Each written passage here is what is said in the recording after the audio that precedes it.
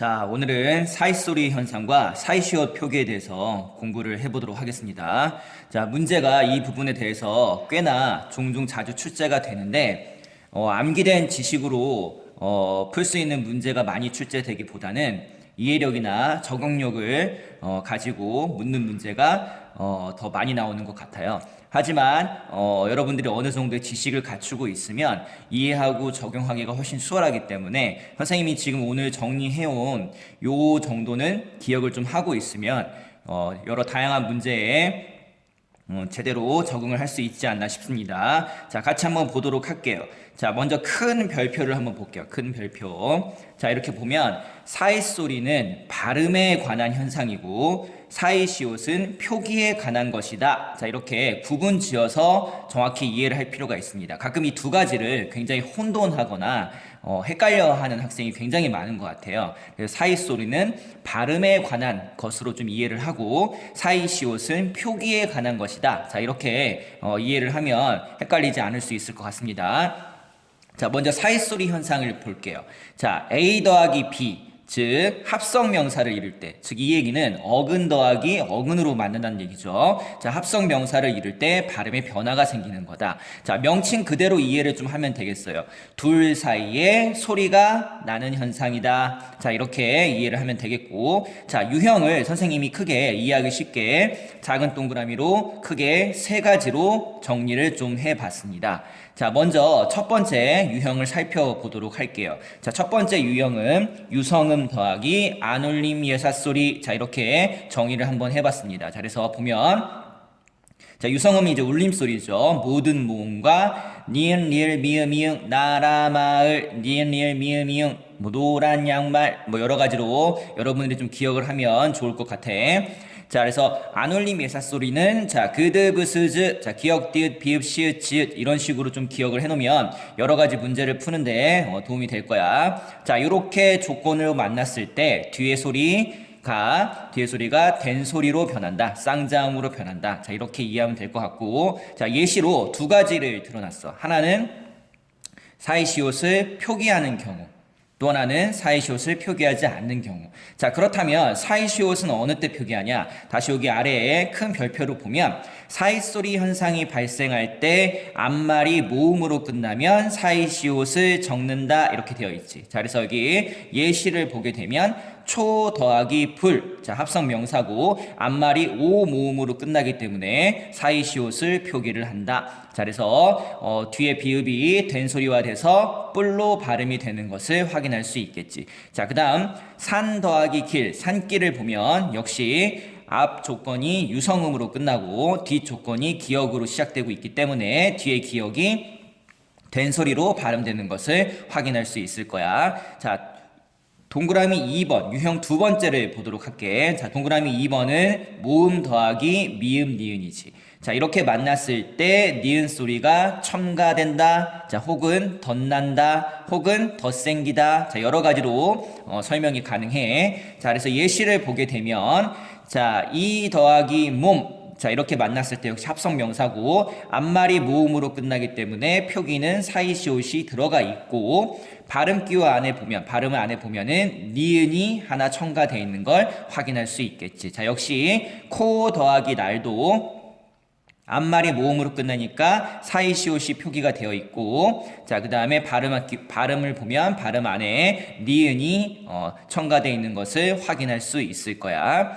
자, 그 다음에 세 번째 유형을 볼게. 자, 세 번째 유형은 자, 뒤쪽 것만 좀 신경을 많이 쓰면 되는데, 자, 뒤쪽 건을 보면 모음 이나 반모음 이로 시작한다. 자, 이렇게 되어 있어. 자, 반모음 이로 시작한다는 얘기는 결국은 이중모음이 되겠지. 이중모음은 우리가 반모음 더하기 단모음으로 구성이 되어 있지. 그지? 그래서 반모음 이로 시작하는 대표적인 이중모음에는 야, 여, 요, 유, 요 네 가지가 있겠고, 물론 더 있는데, 시험 문제에는 주로 이 야, 여, 요, 유를 가지고 예시를 많이 만들기 때문에, 요 네 가지 반모음 이로 시작하는 이중모음은 반드시 여러분들이 기억을 좀 해야 되겠지. 자, 이렇게 조건이 형성될 때, 니은이 하나 또는 두 개가 첨가된다. 자, 이렇게 이해를 해야 되겠지. 자, 예시를 보자. 자, 여기 예시는 조금 복잡한 양상의 예시를 선생님이 들어놨어. 시험 문제도 자주 출제가 되는데, 자, 먼저 집 더하기 2를 봐봐. 자, 집 더하기 2를 보면, 자, 먼저 뒷모음이 모음 2모음으로 좀 시작을 하고 있지. 자, 그래서 일단은 니은이 하나 첨가가 됐어. 집일 이렇게. 자, 그 다음에 받침 비읍과 집의 비읍과 그 다음에 닐의 니은이 만났어. 자, 비읍과 니은이 만나면 우리가 뭐가 일어나야 되겠지? 자, 그렇지. 자음 동화의 비음화가 일어나야 되겠지. 그치? 자, 그래서 집일 이렇게 최종 발음이 되는 걸 알 수가 있겠어. 즉 비음이 미음으로 바뀌었지. 그치? 자, 그 다음에 솔 더하기 잎을 볼게. 자, 솔잎을 보면 역시 마찬가지로 합성 명사고 뒤쪽 건이 지금 이모음으로 시작을 하고 있기 때문에 자, 니은이 하나가 첨가가 됐고 자, 리을과 니은이 만나면 변화가 어떻게 돼야 되지? 그렇지. 솔립, 리을, 리을로 변해야 되겠지. 역시 자음 동화에 유음화가 일어나서 최종 발음이 이렇게 됐다. 이렇게 이해를 하면 되겠지. 그래서 지금 집일과 솔립은 여러 가지 발음 현상이 적용이 돼서 최종 발음이 이렇게 나오는 것을 확인할 수 있겠어. 자, 그 다음에 아래 더하기 2를 볼게. 자, 아래 더하기 2는 위에 두 예시와 다르게 니은이 두 개가 들어가 있는 것을 확인할 수가 있겠지. 자, 그리고 아래 더하기 2인데 앞모음이 모음으로 끝났기 때문에 표기는 사이시옷이 표기가 되어 있고 발음 기호 안에는 원래 없던 니은 발음이 지금 이렇게 두 개가 들어가 있는 것을 확인할 수 있겠어.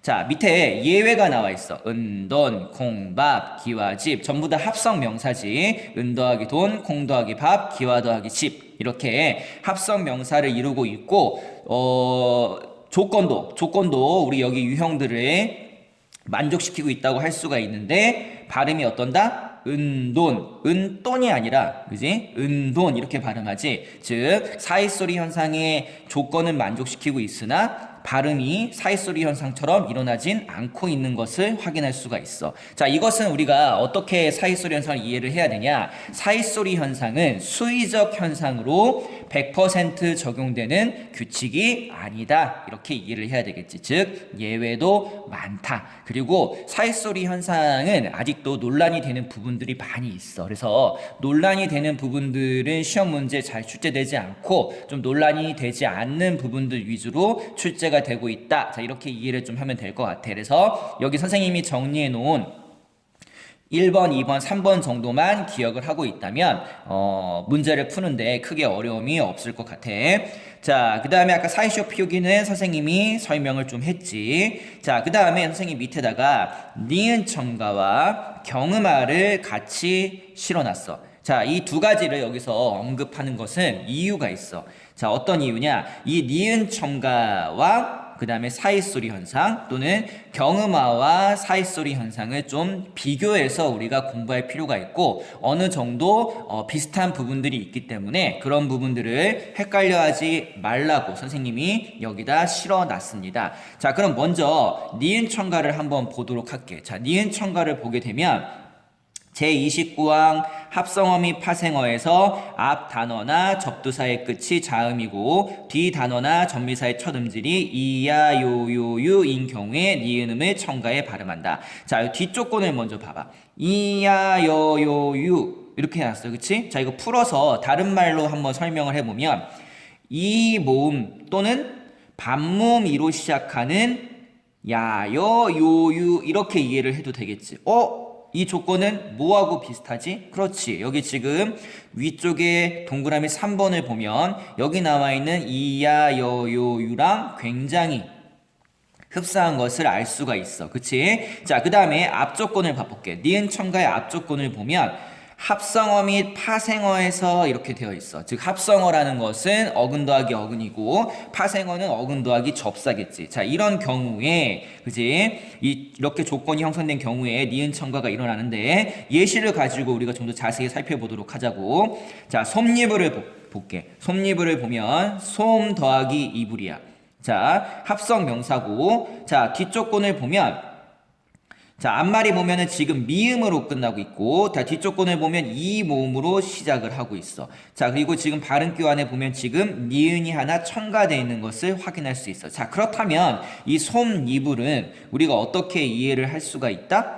어떻게 이해를 할 수가 있다? 그렇지. 사이소리 현상으로 설명할 수도 있는 예시다. 이렇게 이해를 해야 되겠지. 즉, 위쪽에서 언급하고 있는 유형 3으로도 우리가 설명을 할 수가 있는 예시다. 자, 그럼 우리가 여기서 이해를 해야 될 것은 국어에서 어느 한 단어가 있을 때 그 단어를 또는 어떤 하나의 개체를 우리가 설명을 할 때 여러 가지 개념을 적용해서 설명을 할 수가 있다. 이것을 기억을 해야 되겠지. 그러니까 단순하게 수학에도 증명의 방법이 여러 개가 있는 것들이 있는 것처럼 국어도 하나의 단어나 개체를 하나의 관점으로만 설명을 하는 것이 아니라 여러 가지 현상이나 규칙이나 개념으로 설명할 수 있는 것들이 꽤나 많다. 이렇게 이해를 해야 되겠지. 즉 솜니불이라는 것은 우리 규정에 나와 있는 제29항 니은 첨가로 설명을 할 수도 있고 사이소리 현상으로도 설명할 수 있는 예시다. 이렇게 이해를 좀 해야 되겠지.